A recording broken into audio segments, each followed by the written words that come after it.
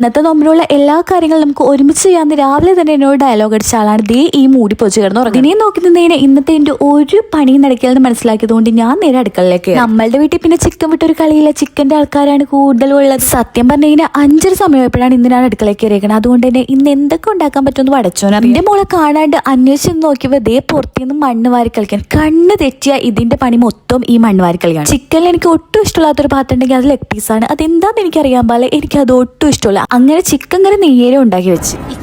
ഇച്ചക്കന്നെ ഇഷ്ടല്ലേ?